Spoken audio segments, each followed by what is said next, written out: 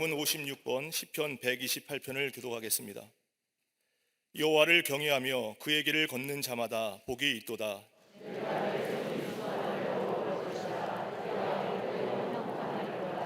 내 집 안방에 있는 내 아내는 결실한 포도나무 같으며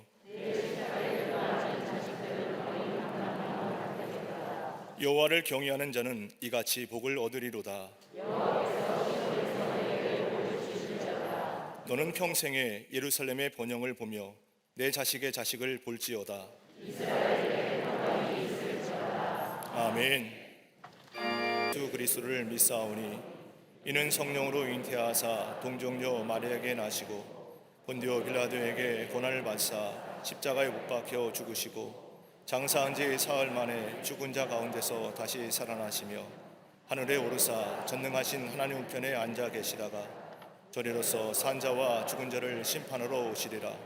성령을 믿사오며 거룩한 공회와 성도가 서로 교통하는 것과 죄를 사하여 주시는 것과 몸이 다시 사는 것과 영원히 사는 것을 믿사옵나이다. 아멘.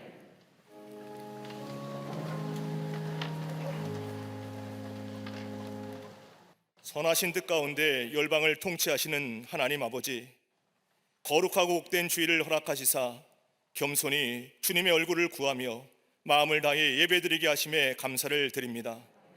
은혜의 진원지인 주일 예배를 살려주시사 강력한 성령의 역사와 기름 부으심으로 혼인 잔치집의 기쁨이 가득한 부흥의 시간으로 인도하여 주시옵소서. 지난 주간의 삶을 돌아볼 때 미련한 마음과 허망한 생각으로 감사하지 못하고 자고하며 불평의 유혹에 넘어져 살아왔음을 회개하오니 용서하여 주옵소서.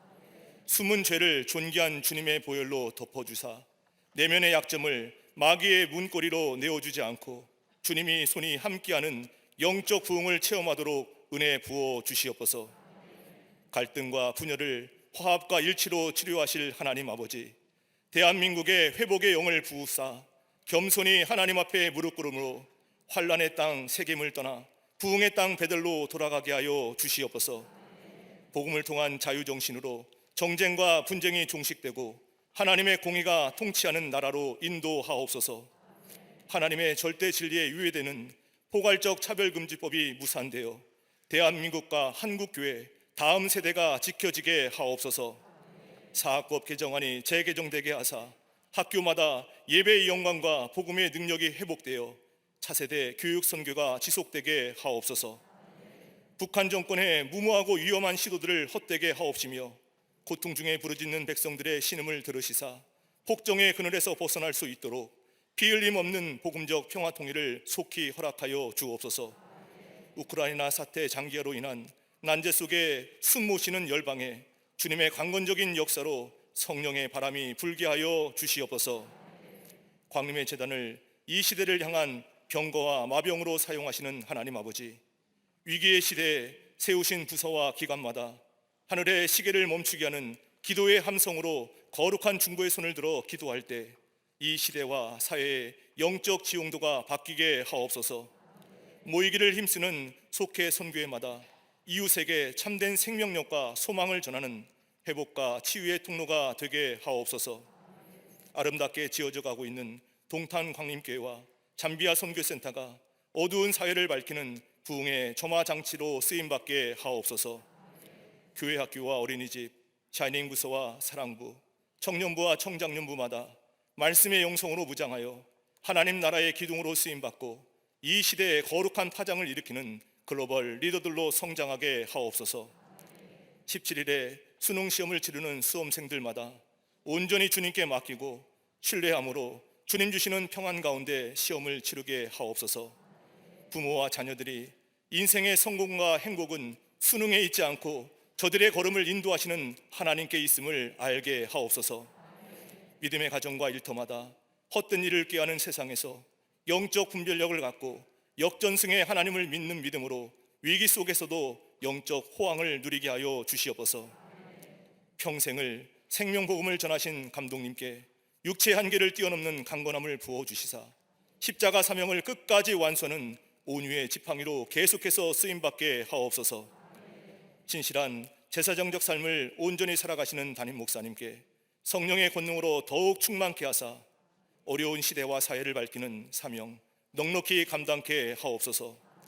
오늘도 진리의 말씀을 대언하실 때 말씀의 깊은 신비를 깨닫게 하심으로 무기력함과 절망으로 무너진 곳이 살아있는 생명구역으로 변화되는 은혜가 넘쳐나게 하여 주시옵소서. 병상에서 주의를 보내는 이들에게 치료하는 광선을 비추사 십자가 앞에 깨어지는 은혜로 살아나게 하옵소서. 구원의 감사와 성령의 기쁨으로 환희의 찬양을 부르며 영광 돌리는 갈릴리 성가대와 오케스트라의 찬양을 기뻐 받아주시사 감당할 수 없는 엘림의 축복이 넘쳐나는 은혜의 진원지가 되게 하여 주시옵소서. 오늘도 저희를 감사와 감격의 자리로 인도하시사 굴곡진 환경과 처지를 뛰어넘는 갑절의 소망을 부어주시는 우리 주님 예수 그리스도의 이름으로 감사하며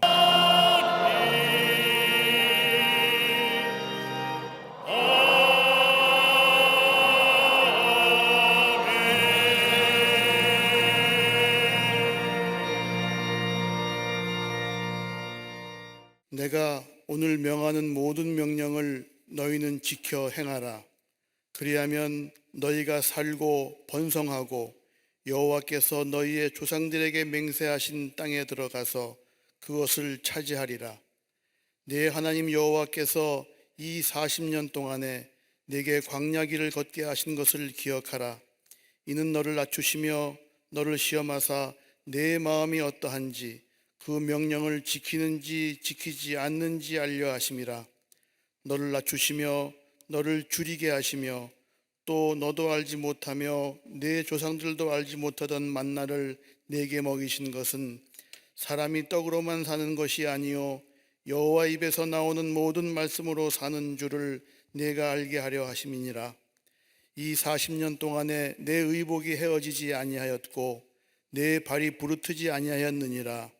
너는 사람이 그 아들을 징계함 같이 내 하나님 여호와께서 너를 징계하시는 줄 마음에 생각하고 내 하나님 여호와의 명령을 지켜 그의 길을 따라가며 그를 경외할지니라. 아멘.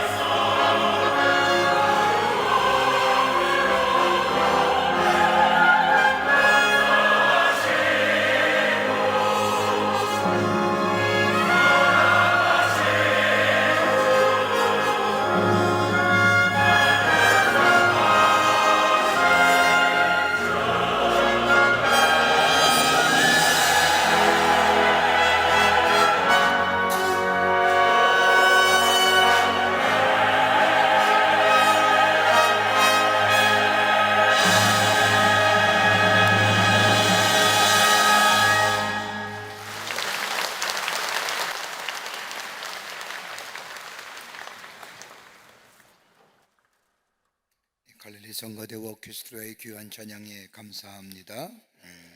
큰 은혜 받았습니다.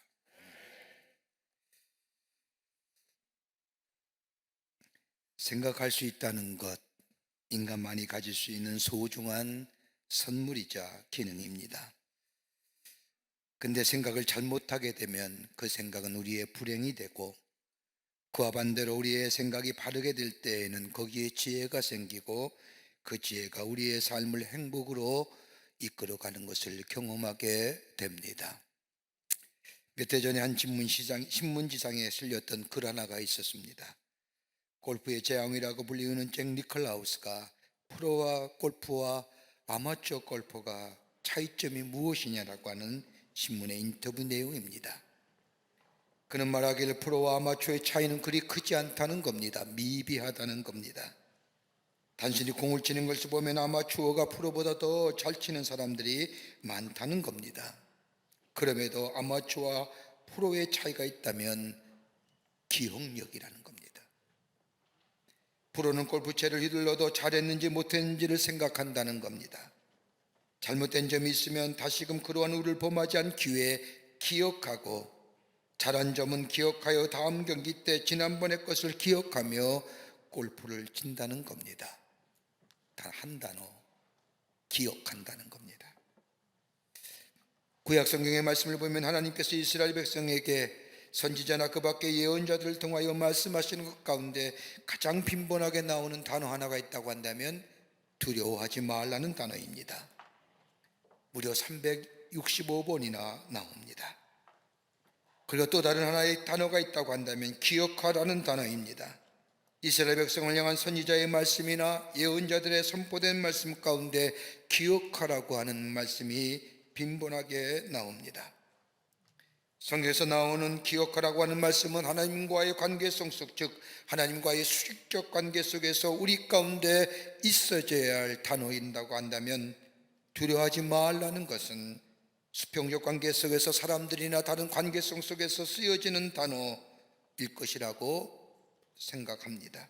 그렇다고 한다면 우리의 신앙생활은 수직적인 것으로는 하나님과의 관계요, 수평적으로는 사람과의 관계가 우리의 신앙생활의 모습이라고 할 수 있을 겁니다.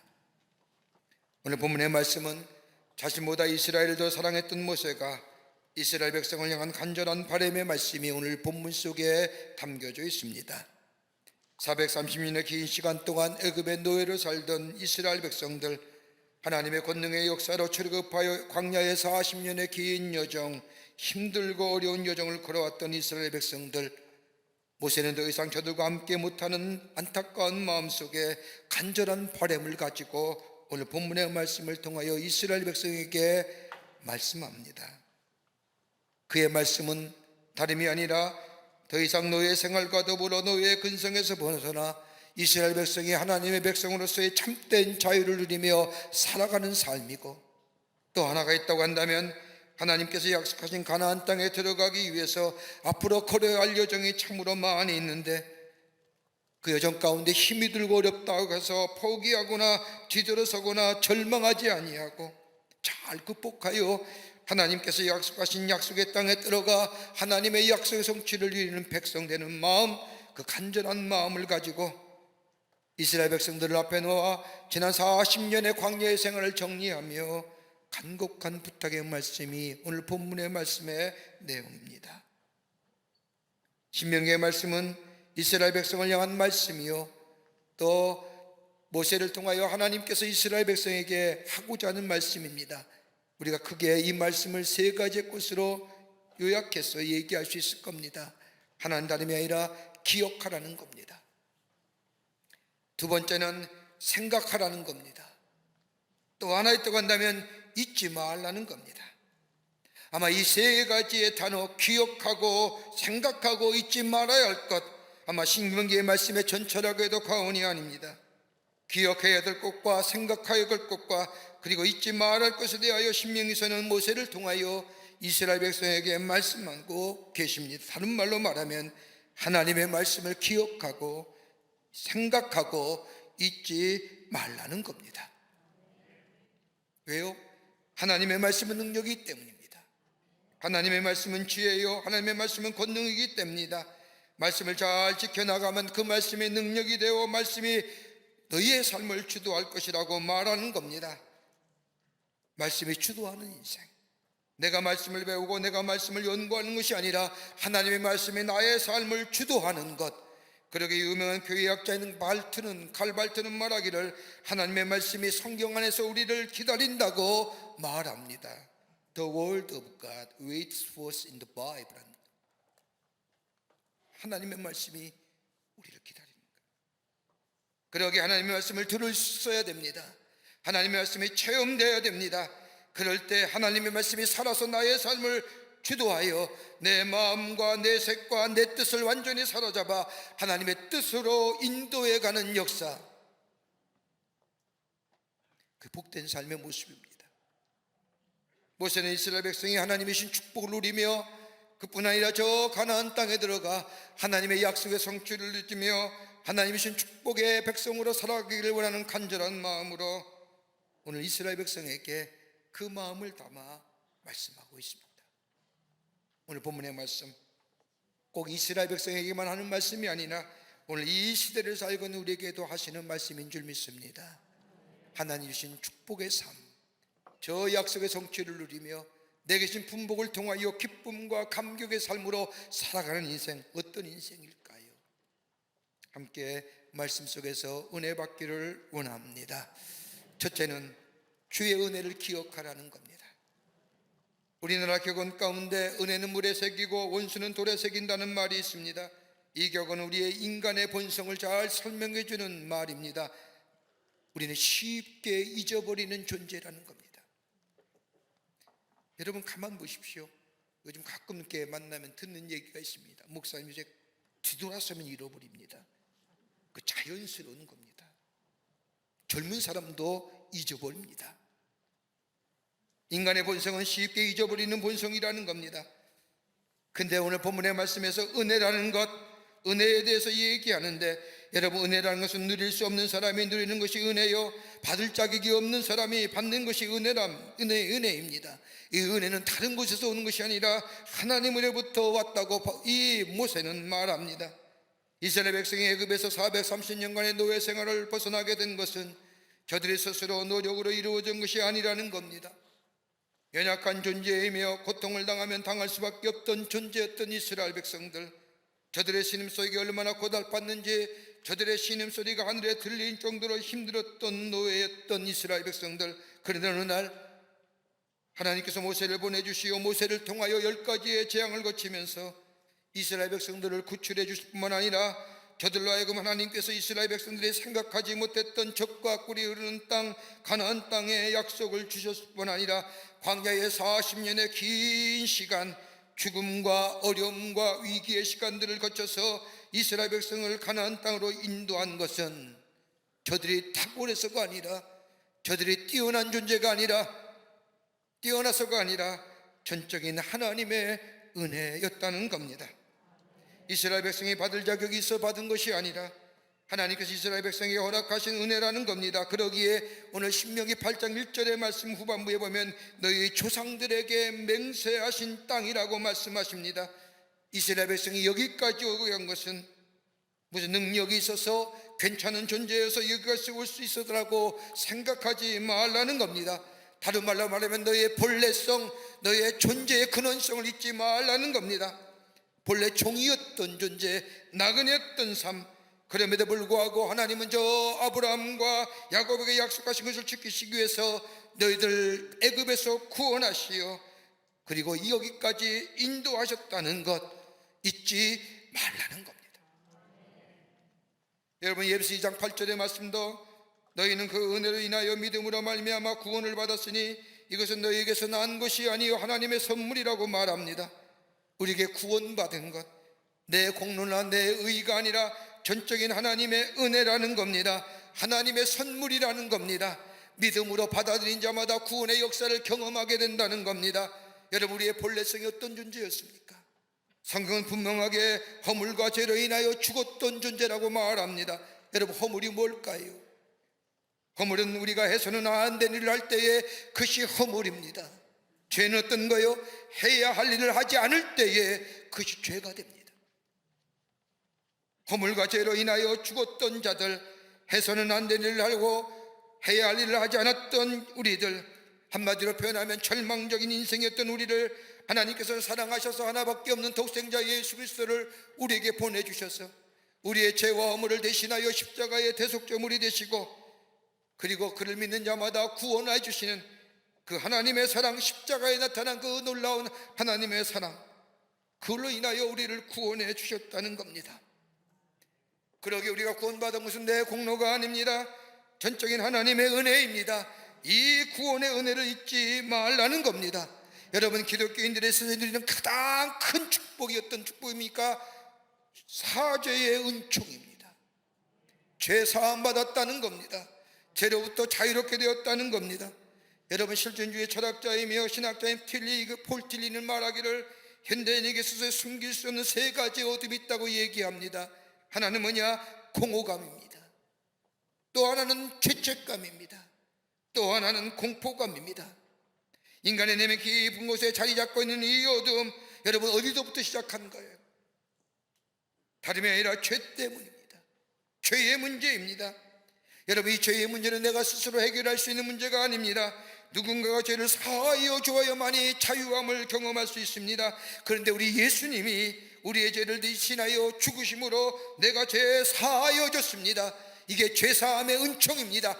예수 믿으면 가장 큰 은총은 우리의 죄가 사해져 자유로운 존재가 되었다는 겁니다. 여러분, 그 결과 어떤 걸까요? 새로운 존재가 됩니다. 하나님의 자녀가 됩니다. 내 존재가 바뀝니다. 내 삶의 양태가 달라집니다. 영혼의 죄로 인하여 멸망당할 수 없던 자가 살아났다는 겁니다. 새로운 존재로 새롭게 살아났다는 겁니다. 또 하나 있다고 한다면 나만 사는 것이 아니라 민족이 살아납니다. 여러분, 역대하 7장 4절의 말씀을 보면 이 솔로몬이 하나님 앞에 성전을 짓고 봉헌식을 통하여 하나님 앞에 예배하고 기도할 때 하나님께서 솔로몬의 기도를 들으시고 응답하신 말씀이 역대하 7장 4절 말씀에 기록되어 있습니다. 4장 말씀의 말씀을 보면 내 이름을 일컫는 내 백성이 그들의 악한 길에서 떠나 스스로 낮추고 기도하여 내 얼굴을 찾으면 내가 하늘에서 듣고 그들의 죄를 사하고 그들의 땅을 고치리라.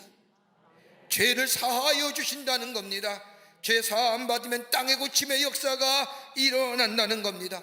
환경을 바꾸고 여건을 바꾸고 민족을 구원해 주시겠다는 겁니다. 여러분, 여기에 나라의 미래가 있는 겁니다. 죄를 지은 인생에는 미래가 없습니다. 그러나 죄 사함 받은 자, 사죄 은총을 경험한 자는 새로운 소망이 있습니다. 새로운 미래가 열려집니다. 그러기에 구원받은 자는 미래의 소망이 있다는 겁니다. 그러기에 모세는 이스라엘 백성에게 이 은혜를 잊지 말라는 겁니다. 이 은혜를 잊어버리고 망각할 때는 오늘 신명기 8장 19절과 20절의 말씀을 보면 멸망하고 심판받을지 모르지만 이 은혜를 잊지 않고 간직하며 나아가게 될 때에 하나님의 약속의 성취가 이루어진다고 말씀하고 계십니다.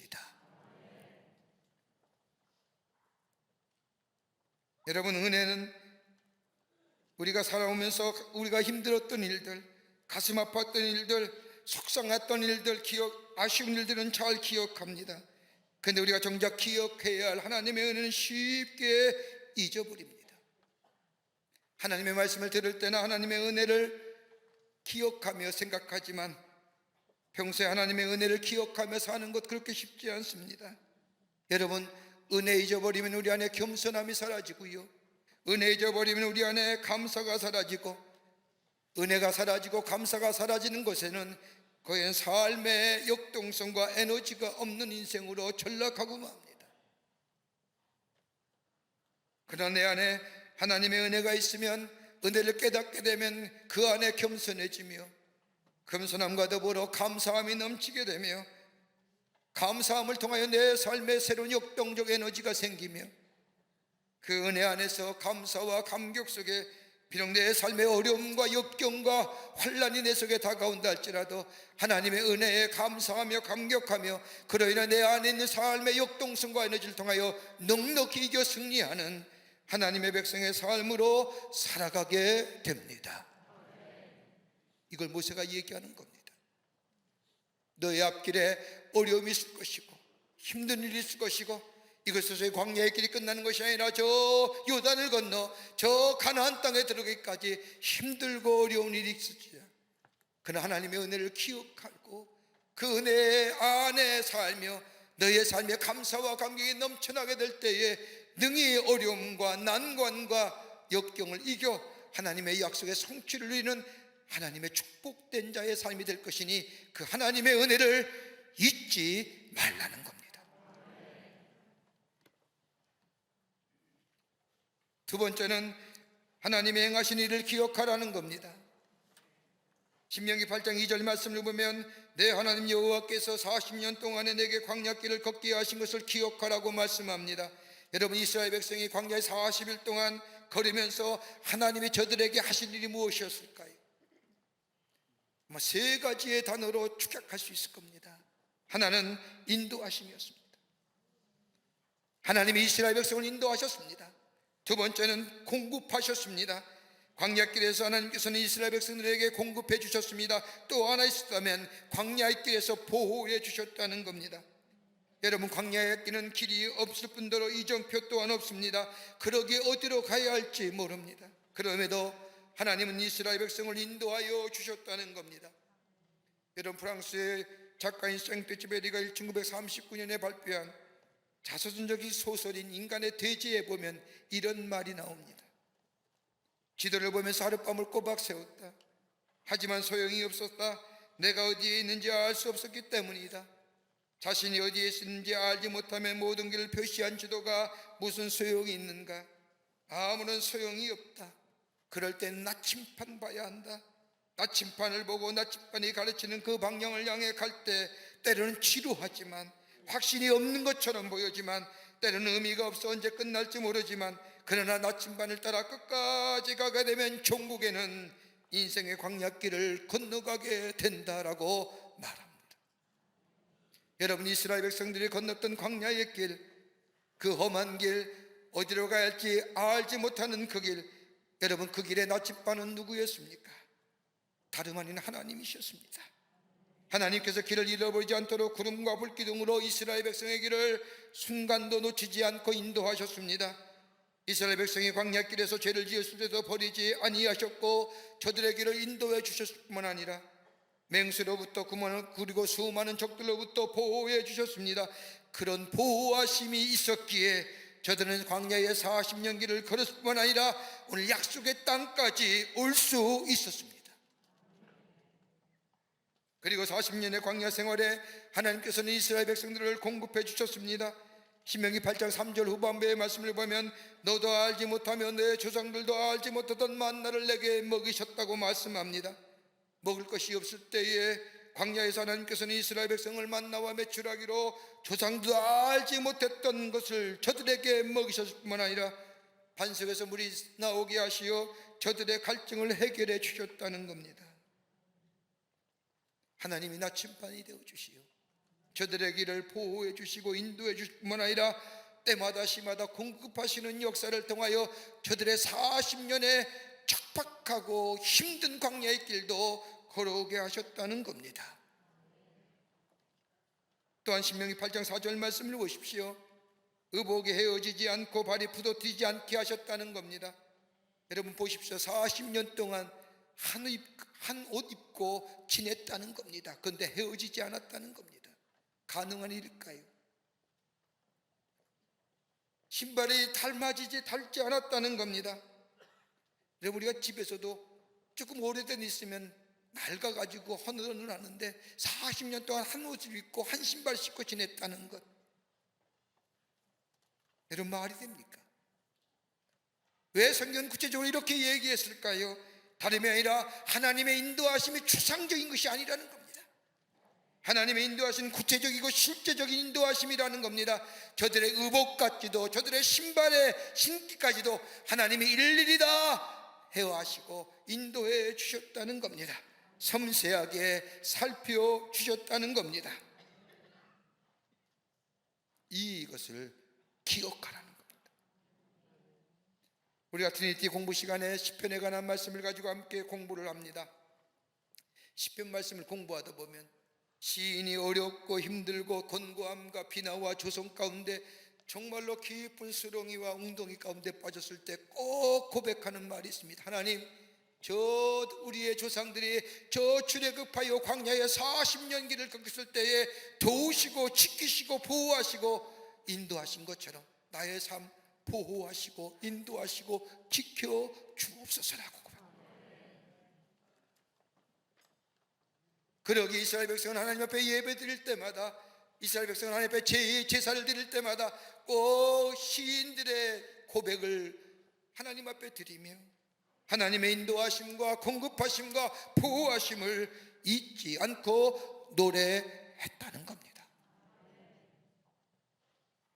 내 인생 속에 하신 일, 우리 민족에게 하신 일.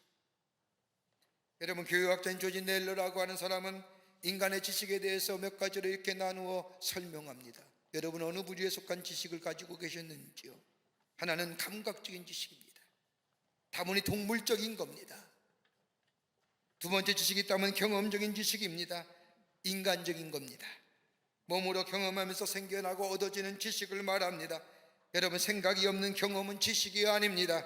생각과 함께 가야, 그리고 경험되어만이 그것이 내 삶 속에 지식으로 얻어지는 겁니다. 또 하나 있다고 한다면 합리적인 지식입니다. 이성을 통해서 논리적으로 이해하는 것을 말합니다. 많이 배웠다는 사람, 지식이 있는 사람, 밝은 이성으로 이해하며 깨닫게 되는 지식. 그런데 여러분, 이 지식이 이기적이며 자기 중심적인 것이 될 때에 이 지식은 다른 사람에게 해를 끼치게 만듭니다. 또 하나 지식이 된다면 권위적인 지식입니다. 교통질서와 같이 우리에게 강요된 바에 의해서 깨닫게 되는 지식. 이거는 지켜야 될 것, 이건 하지 말아야 될 것, 이건 해야 될 일. 다섯 번째 지식이 있다고 한다면 직관적인 지식입니다. 그런데 위에 다섯 개의 지식보다 감각과 경험과 합리성과 권위적인 거와 직관보다 더 중요한 지식이 있다고 한다면 계시적 지식입니다.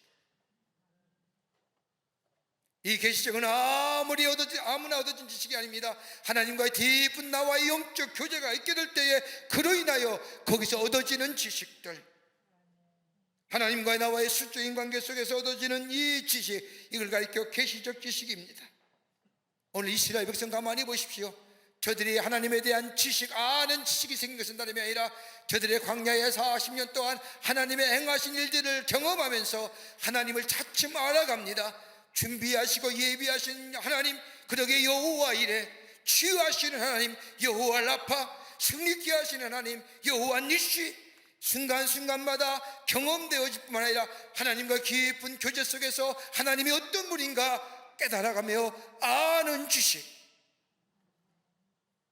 그러기에 모세는 이스라엘 백성을 향하여 하나님의 행하신 일들을 잊지 말고 기억하라는 겁니다. 하나님이 어떤 분이신가를.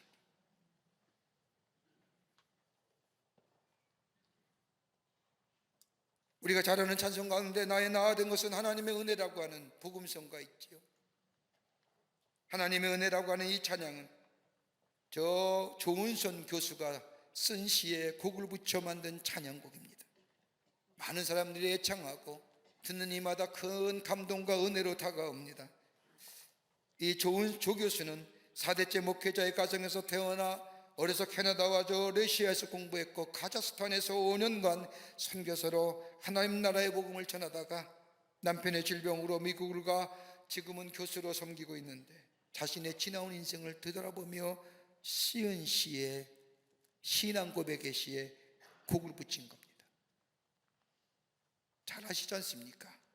나를 지으신 이가 하나님, 나를 부르신 이가 하나님, 나를 보내신 이도 하나님, 나의 나아된 것은 하나님의 은혜라. 나의 달려갈 길을 다 가도록, 나의 마지막 호흡이 다 하도록 나로 그 십자가 품게 하시니 나의 나아된 것은 다 하나님의 은혜라. 한량없는 은혜, 갚을 길 없는 은혜, 내 삶을 애워싸는 하나님의 은혜, 나 주저함 없이 그 땅을 밟음도 나를 붙드시는 하나님 은혜. 하나님의 행하신 일, 하나님의 나의 삶 가운데 행하셨던 일들, 내 삶이 어렵고 힘들다 할지라도 내 삶의 여정 가운데 때마다 시마다 행하셨던 일들을 기억하며 그 은혜에 감사하는 삶이 될 때에 우리의 삶인 새로운 미래가 열려지는 하나님의 복된 백성의 삶이 되는 줄 믿습니다. 모세는 자신보다 더 사랑했던 이스라엘 백성들 앞에서 여러분, 하나님이 행하신 크고 놀라운 일들을 기억하면서 앞으로 더 힘든 일, 더 어렵고 고통스러운 일이 있다 할지라도 여러분 낙심하지 마시세요.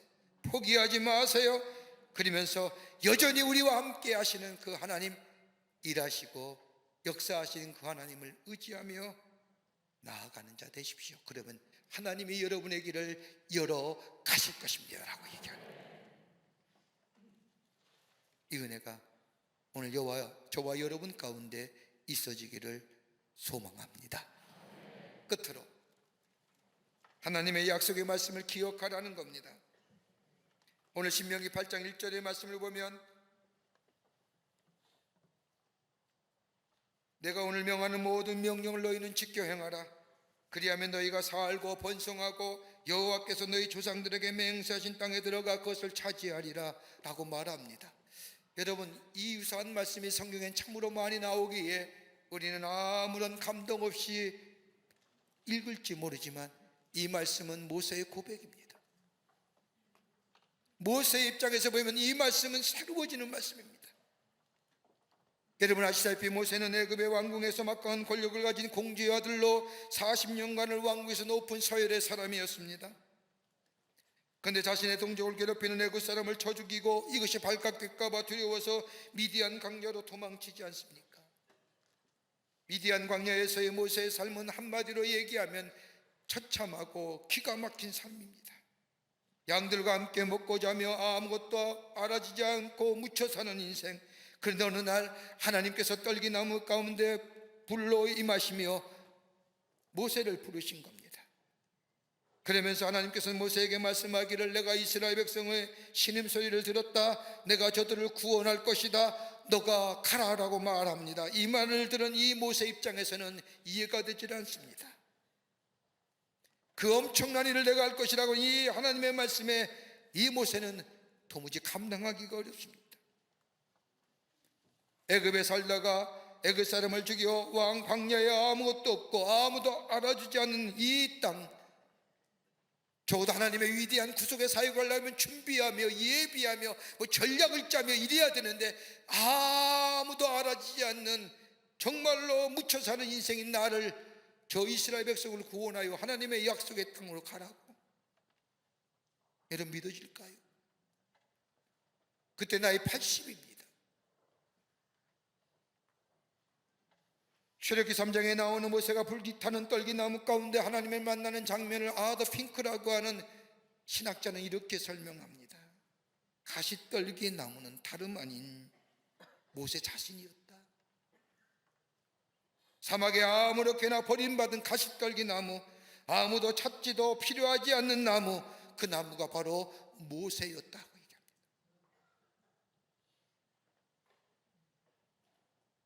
불이 붙었지만 타지 않는 것 신기해서 딸기나무에 가까이 갈 때 하나님 모세를 부르십니다. 그리고 아브라함의 하나님, 이삭의 하나님, 야곱의 하나님께서 조상에게 약속하신 대로 이스라엘 백성을 가나안 땅으로 인도하시겠다는 것과 더불어 그 사명을 모세를 통하여 이루시겠다고 말씀합니다. 믿어줄 수가 없습니다. 그러나 모세는 하나님의 말씀에 순종하여 이스라엘 백성을 출애굽하여 저 애굽에서의 바로가 뺑했던 10가지의 재앙들, 그리고 저 홍해를 건너는 사건들, 그리고 광야에 40년의 광야를 겪으며 하나님이 행하시고 보호하시고 공급하시고 인도하신 그 일들, 그리고 자신의 삶의 여정들을 뒤돌아보면 결론은 그거예요. 내가 느낀 대로, 내가 판단한 대로 상황과 환경과 여건에 따라서 내 삶이 이루어진 것이 아니라 하나님의 말씀대로 내 삶이 이루어졌음을 경험한 이 모세가 8장 1절 말씀에 고백하는 겁니다. 내가 오늘 명하는 모든 명령을 너희는 지켜 행하라. 내가 그렇게 되시.